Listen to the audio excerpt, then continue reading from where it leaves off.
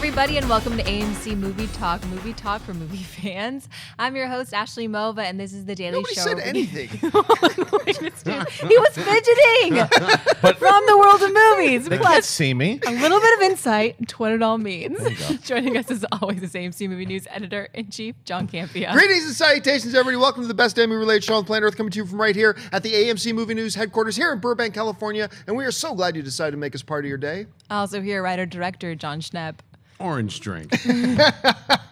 Also here is fidgety AMC's Christian Harloff. You lack focus. I really do. Don't tell me what I think or what I see. We'll get into Harloff. that, With Dwayne "The Rock" Johnson currently dominating the box office with his new film San Andreas, it seems he's about to dominate Little China as well. According to The Wrap, Johnson is going to star in a remake of the 1986 classic Big Trouble in Little China. Johnson will take over the role of Jack Burton, the character played by Kurt Russell in the original. The script for the film is being developed by X-Men First Class writers Ashley Miller and Zach Stentz. Schnepp, what do you think about The Rock starring in a Big Trouble in Little China remake?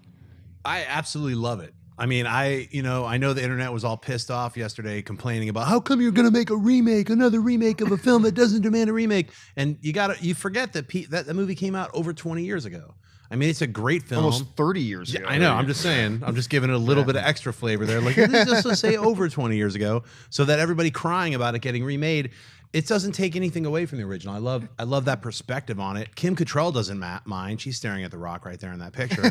I think The Rock is great, and that's a perfect role for him. Another transitionary role of an action hero that he can just bring his magic to. So I'm all for it. I totally love this. I honestly cannot think off the top of my head about who would have been better to play Jack Burton than The Rock. I mean, when you look at the original, you consider it's got just the perfect amount, a dash of ridiculousness and a bit of over-the-topness and all this kind of stuff going in there. The one thing that I really, really hope is that somehow, I'm this type of guy who I'm like, if you're doing a remake, you remake it. Get rid of everybody in the original. I've said before I would make an exception for J.K. Simmons as JJ and J. Jonah in Spider-Man. I would also make an exception for James Hong as Lo Pan. Get James Hong somehow, some way. He doesn't have to play the same character, but get him somehow, some way back in this movie. I'd like to see that. Anyway, Christian, what about you? You guys are always on the side of the fact, here comes a remake, let's do 80s, and I'm the guy going, we don't need to remake that. Well, that's not me today. This might be the perfect role for The Rock. I mean, at any role he's had, the perfect. Can you picture The Rock saying, you know what old Jack Burton says at a time like this? Who? Jack Burton. Me. Yeah. You can have him see, you can picture The Rock doing this, and he's finally able to do what he was so great in the WWE with that sense of humor, but being a badass and cracking the jokes back and forth. Jack Burton is a comedian. Yeah. He really, but he's a badass, and he's also kind of a screw up and a gambler. I would love to see The Rock play this role. Plus, when the Karate Kid's getting remade, stop. And even though I didn't mind the remake of it, stop. You don't need to do it. This is a movie that people who saw the original love it, but not a lot of people really saw this movie. A lot of people don't know what it is. Right. It's true. Like the cult classic people do and say it's a guilty movie pleasure. I love the original, but this is one I want to see for sure. And The Rock is perfect. Schnepp, do you think that a modern retelling of it can work? It doesn't matter what you think. Nice. Thank you. Yeah, I was going to actually mention that exact same phraseology when I was in London. Right, we got off the plane, we went right to Graham Norton, and a friend of ours, Jessica Hines, was doing the show, and the guests on the show was her, Snoop Dogg, and Dwayne "The Rock" Johnson, and he did that to Graham Norton. He's like, so what do you think about this? Well, it doesn't matter what you think. It was so fantastic, and I was like, thank you for doing that to me. I can't wait to see this remade. Another thing that John Carpenter loved that he brought to America was the love of the kung fu fights, the insane karate fights that were only being done really at that time in Hong Kong. He brought that over here and got a lot of the stunt choreographers, a lot of the same fight teams. And this also introduced everyone to Raiden, because Mortal Kombat didn't exist yet, and this movie had that guy with the electricity, and everybody was like, that's so cool, let's make a character out of him, Raiden. Yeah. So now we're going to have, at least we'll get in more of an extended fight scene, because remember, those guys just kind of showed up, some electricity happened, and they got defeated pretty quickly. So. You say that too, and it's really important who they get for director on this too. What about Gareth Evans to do Oh, for the yeah. Raid? How Yeah, awesome yeah. would that be to have him do? Because he can blend that amazing stuff from the Raid and Raid 2, but taking that humor and he does something a little different, but still the same. That That'd would be fun. That's a great suggestion. That's an awesome suggestion. All right, what's next? Official confirmation has now been given that Academy Award-winning actor Eddie Redmayne will be playing the lead role in the upcoming Harry Potter spin-off film Fantastic Beasts and Where to Find Them. Warner Brothers president Greg Silverman said the following: Eddie Redmayne has emerged as one of today's most extraordinarily talented and acclaimed actors. We are thrilled to welcome him into J.K. Rowling's wizarding world, where we know he will deliver a remarkable performance as Newt Scamander, the central character in Fantastic Beasts and Where to Find Them. Fantastic Beasts and Where to Find Them opens in AMC theaters in November of 2016. Christian, do you like the casting of Eddie Redmayne in Fantastic Beasts? Let's go back to back. I think this is perfect casting. I think this dude fits right into the Harry Potter world. Let's just get away from the voice. If we can get away, although it might fit because I know there's a Harry Potter coming soon. Sounds like Voldemort anyway, but Then you have to scream right after that. Yeah, it's true. A whisper and then. But I think that he's great, and I love this guy, and I think I might have been the only guy at the table, correct me if I'm wrong, that actually thought he deserved to win the Oscar last year, and he's always a great talent to bring into something, but you just anytime someone's cast in a franchise like this, because it's still a franchise, even though it's prequel, does he fit the world? And you close your eyes, you put him in a costume from that time, seeing him do magic, and he's perfect casting for this. Yeah, I very much like this casting because it's never a mistake to add talent. Now, I'm of the opinion that I didn't think he deserved to win the Academy Award last year, but that doesn't take away from the fact that he was completely brilliant. And I thought he was fantastic in that. Let's not talk about Jupiter Ascending.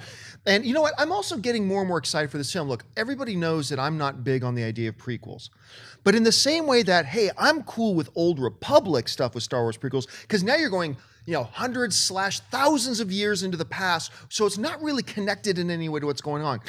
This is only about, I think they said 60 or 70 years prior to the events of Harry Potter, and you may see Professor Dumbledore show up, but for the most part, this is going to be its own self-contained story, and because of that, it doesn't really feel like a prequel to me. So on a lot of levels, I like this, and Redmayne's addition is nothing but a good thing. Schnapp?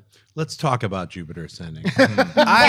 We saw that as a double bill with Seventh Son, me, John, and Dennis, and it was a fantastic evening. It was a great night. And I didn't hate Jupiter Ascending, and I also did not hate Eddie Redmayne's portrayal of the whispery screamo king of the known Whispery everything. screamo. I don't even remember what universe. Sounds more like he's a from. Harry Potter Yeah, character. whispery screamo. They hide behind trees. I think it's a great casting. I think Eddie Redmayne's fantastic. I did want Michael Keaton to win that Oscar, but if he didn't, I'm glad Eddie Redmayne did. It was one of those things where it's like, look, if it's an ensemble picture versus the guy who carried the film the whole way, but Michael Keaton was also in that film the entire time. So, hey, what happened. Eddie Redmayne's the guy holding that Oscar, and now he's the guy in the Harry Potter films. So I'm all for it. All right, what's next? Buy or sell? Oh, we've reached that part of the show for buy or sell. I have my head is just not here right now. Listen, folks, this is how this one works. In front of her, Ashley's got a few other items in the world of movie news. She's going to run them down, and those of us at the table are simply going to say whether we buy it or sell it. So now, Ashley, what's next? A new teaser poster has been released for the upcoming final Hunger Games film, The Hunger Games Mockingjay Part 2. With the nation of Panem in a full-scale war, Katniss confronts President Snow in the final showdown. Katniss goes off on a mission with the unit from District 13 as they risk their lives to stage an assassination attempt on President Snow, who has become increasingly obsessed with destroying her. John, buy or sell this new poster for The Hunger Games Mockingjay Part 2? I buy it a lot, actually. This is a really cool idea for a poster and the way they put it together, especially when you think about some of the teaser posters that came out for the last for Mockingjay Part 1 with these white statues and all that kind of stuff. Now to follow up with these, I think it's very creative. I'm a little bit worried about the film because I've mentioned this before.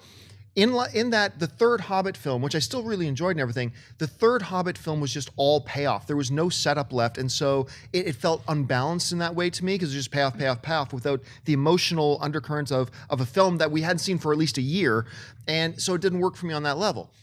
I really did like Mockingjay, but Mockingjay felt like all set up, and I'm afraid that the third film is just going to be one-dimensional and just action payoff.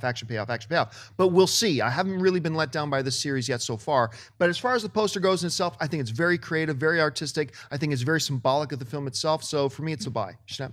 Yeah, I buy the poster. I think it's great. And I feel bad for Donald Sutherland. It's like, I wonder what's going to happen to him. Yeah, really, that's what happened to him. Oh, yeah. Oh.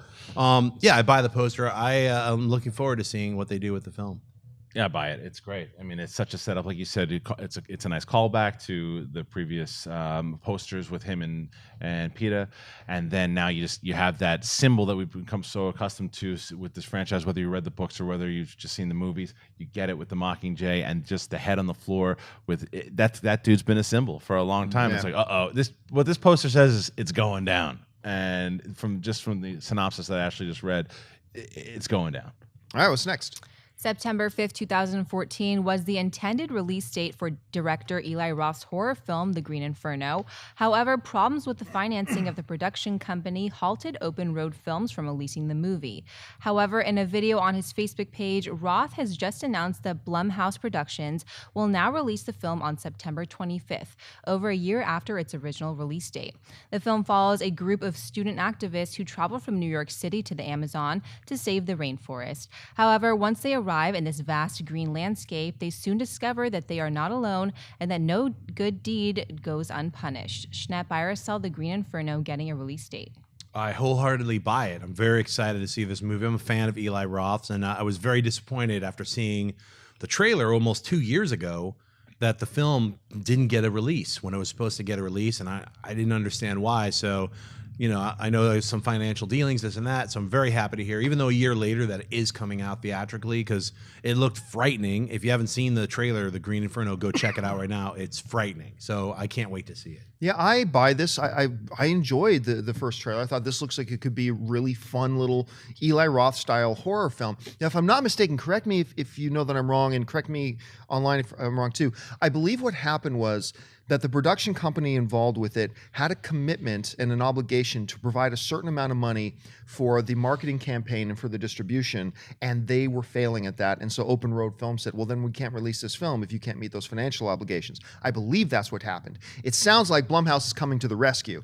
This company is making a business out of taking low budget little horror films and making decent money on them and making fun little films too at the same time. So I'm really glad these are the right guys to get involved with a film like this. So I'm excited to see the film. So for me, it's a buy. I buy the smart business move by Blumhouse. I buy what they do in general. I buy the fact that Eli Roth put a lot of time and effort into this. And Schnepp, and John, as directors, you put your heart and your soul in something, and you can't get it released, that's got to crush you a bit. So to finally get someone to pick it up, and somebody like Blumhouse, that's a win. Yeah. I'm not a big Eli Roth fan. I don't really like a lot of his stuff, but you can't tell. Thanksgiving? No? Cabin Fever I liked. But you watch certain things, regardless of whether you like it or not, to see this is a victory. This is a victory for him, especially for who is going to distribute it. So you have to buy it.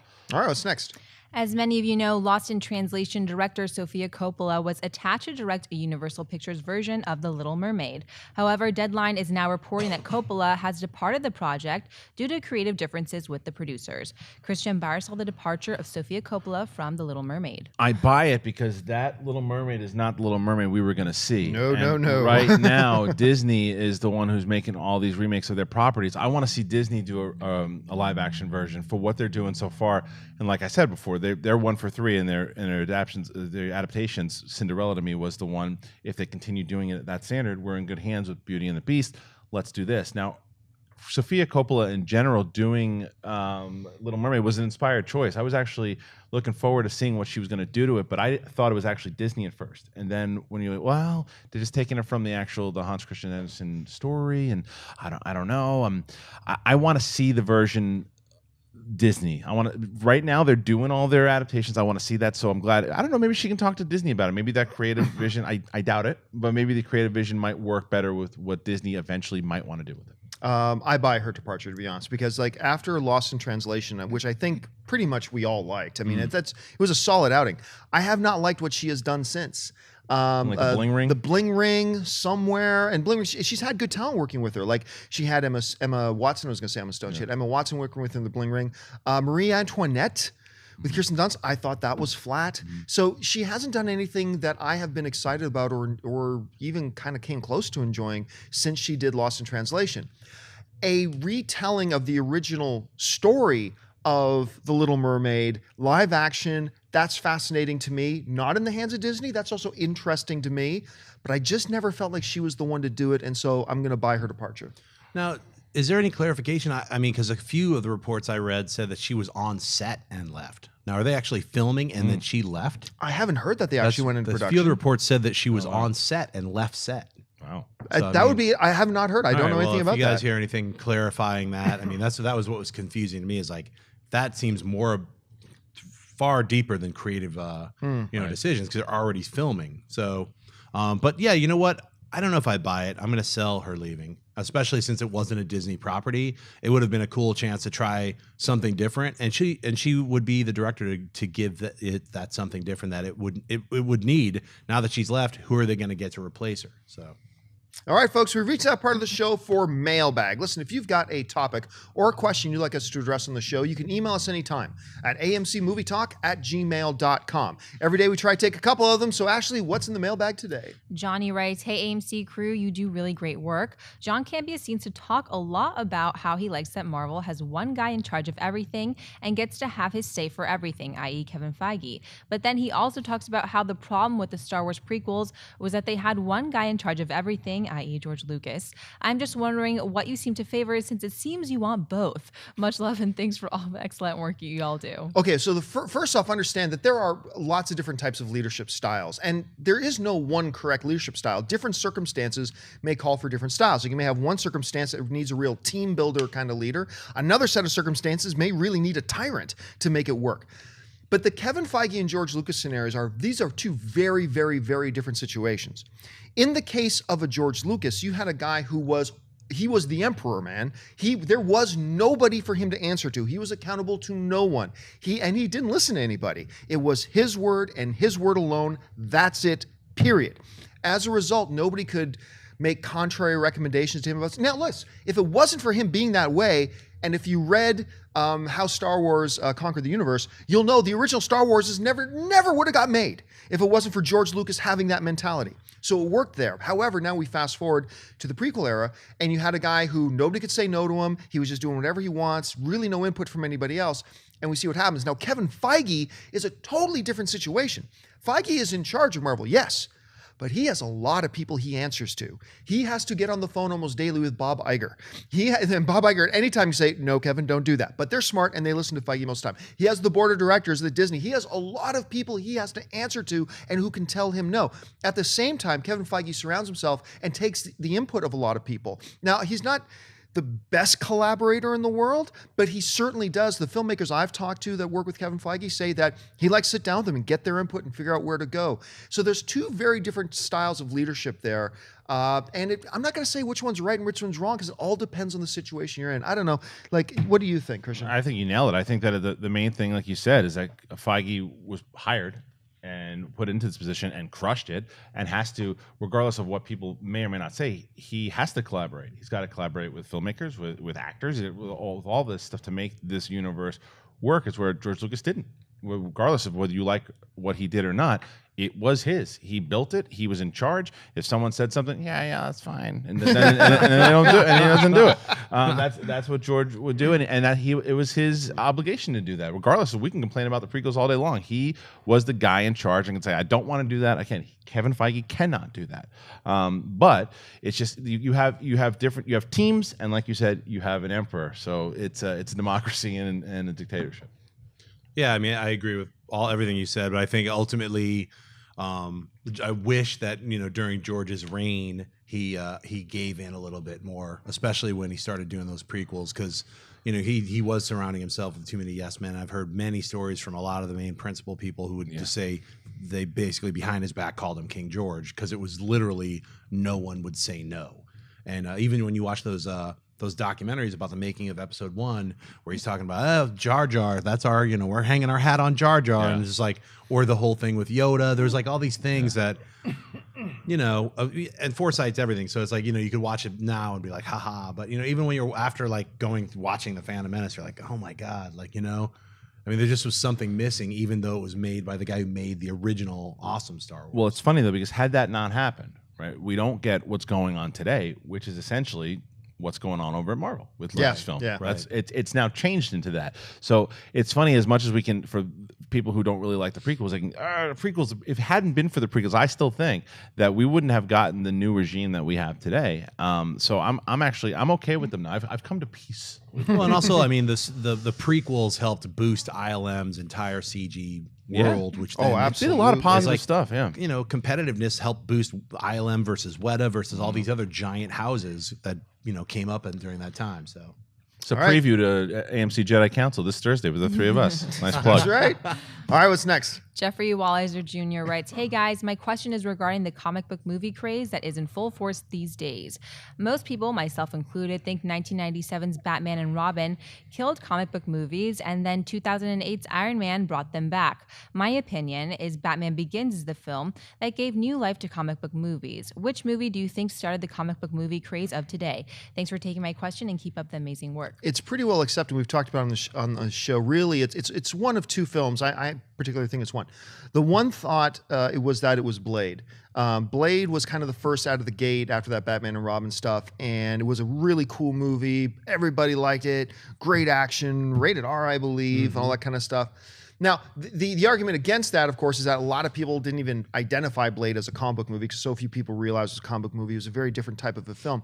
The other film that I prescribe to as being the one that really introduced the resurgence of comic book films and made studios realize, comic book movies can really work again, was the original X-Men. I mean, that was the movie that made you listen to a lot of producers interviewed today that work in the comic book, whether it's with DC or Marvel, to say it's when we saw X-Men for the first time. It's the first time we saw Wolverine go into that bar and he's about to kill some guys, and you realize, wow, you can do a comic book movie and still make it violent and make it all that kind of stuff, and it can work.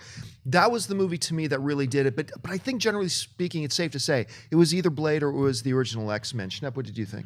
I might go 2 films past that and say X2 and Spider-Man. Yeah, I loved X2. Because X2 and Spider-Man came out roughly around the same time, 2001, I believe. I think X2 came around 2002, 2003. Okay. 2003. 2003, really? Yeah, It was I a think so. couple years, that many Yeah. years. Well, yeah. I mean, it's hard to really say what got all the gears rolling. But Blade was a hit, but it was an anomaly. But it, because like you said, a lot of people didn't even consider that a Marvel film. They were like, I like that horror movie called Blade. I know. Did you know it was a comic? What? It was like no one knew or cared. X-Men was a risk. Everyone was afraid of that film. They thought that film was going to be a gigantic bomb, and it was a big hit. But once again, I don't know if I would say that actually was everyone got all superhero crazy yet. I think it was like a few. It's hard to say, but I would gauge it between X-Men, X2, and Batman Begins. I wouldn't say it's any one of those films was like after Batman Begins, everyone was like, because Batman Begins was a hit, but it wasn't a massive hit. It was just like, okay, we got Batman back. It wasn't a massive hit because it was only a few years after Batman and Robin, pooped its pants. So it's sort of like they had to wait to get that stink off. And I think it was like 6 years, which isn't a long time, So I don't know. That's what I would say. It's that middle area where people are like, there's money to be made here, and then it was probably like Batman, before Batman, but after Spider-Man. So. Christian? I'm going to go the other way a little bit because I think I agree with a lot of what you guys are saying, but I think that really started the mainstream. I think that put it into the mainstream of people wanting to make the movies. I think what this dude's talking about as far as the craze that we're in right now, because if you look, X-Men, the Last Stand, the Brett Ratner fart box, whatever that thing was, that started to crush the X-Men, and people are, maybe they're not, people are getting away from superhero movies now, and Spider-Man had kind of, 2007, Spider-Man 3 was terrible, so it started to, people were getting exhausted by it, and then Batman Begins did come out, and it wasn't a big hit, you're right. It was when the Dark Knight hit, and then Iron Man came out right around the same time that people, it was almost like there's Marvel, there's DC, Nolan's got this thing. What's this Marvel? Oh, Marvel's kind of coming up out of nowhere. And then I would give it between Dark Knight and Iron Man because they were the two kind of almost competing. I remember when people were saying, Iron Man's better than the Dark Knight. And then the Incredible Hulk came out, and then Marvel really started to kind of go up that way. And now people started to accept it even more. Everything you guys said as far as those movies to where people were, you can make cool superhero movies, because when Donner made the original Superman, nobody wanted to touch superhero movies. They thought it was insane. Yeah. And then Batman in '89 came out, and you're like, okay, now these happen. It's like, it's chance. It happens every once in a while. And then the craze you guys are talking about, then it started to dip a bit. And I don't know if we're going to dip again soon. It might happen eventually, like the dinosaurs got wiped out. You bring that up, but you make me think, I think, even closer to what his question is I think Avengers.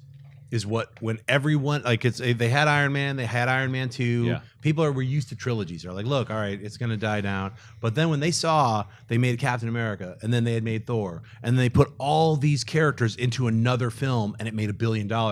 That's when that chink, everybody was like, get those Shared heroes. universe style, Everyone buying characters, everyone laying out our 6 or 7 year plan. It was after Avengers, about 6 months after Avengers. I remember because I was on the show and we all of a sudden were announcing, oh, this film's this film's going up. This film's going up. They're announcing all these plans. They're announcing 2 years down the line. They're announcing 5 years. Now we're like booked till 2020 right now? Yeah, like, you said, and something he just said too, like also from as long as we've been doing this as well too, is there was a shift in the movie news as well too. Yes. Because when they were doing Captain America and Iron Man, they were part stories, but now as we see, they really dominate the stories in news everywhere, whether it be on our show, on different sites. Those are the news, the stories. When someone gets cast in a comic movie, that's a big story. And I think you're right. I think it was right after studios realized what the Avengers could do or did do, and now the possibilities for shared universes and all that stuff.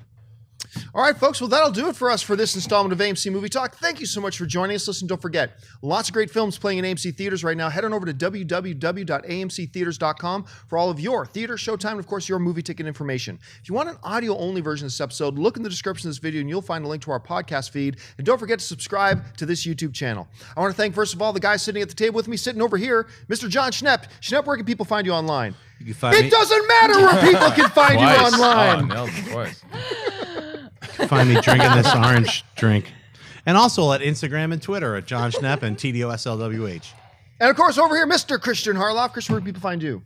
It doesn't matter where you are. At Christian Harloff on both Twitter and Instagram. And make sure you find these two knuckleheads with me on AMC Jedi Council this Thursday. Hashtag AMC Jedi Council to get your questions on the show. And that reminds me, actually, and check out John Schnepp and myself and Tiffany Smith. Right, today on AMC Heroes. It's going to be coming up later tonight. Yeah, and of course, our lovely host today, whose shirt I have never seen before, Miss Ashley Mova. Ashley, where can people find you online? If you smell what the Mova's cooking, find me on Twitter and Instagram at Ashley Mova. Happy Tuesday, guys. Yeah. Thanks to all the production guys in the room, Dennis, Jonathan, It doesn't matter what they did on the production. If you smell what AMC is cooking. Know your role. Know your role. Shut your mouth. And you can find me on the various social media networks, just at John Campia. Thanks a lot for joining us, guys. My name is John Campia. It doesn't matter what your name is. Oh my God. I started this. I can't complain. just sign off and do your due diligence and get us out of here. Bye-bye.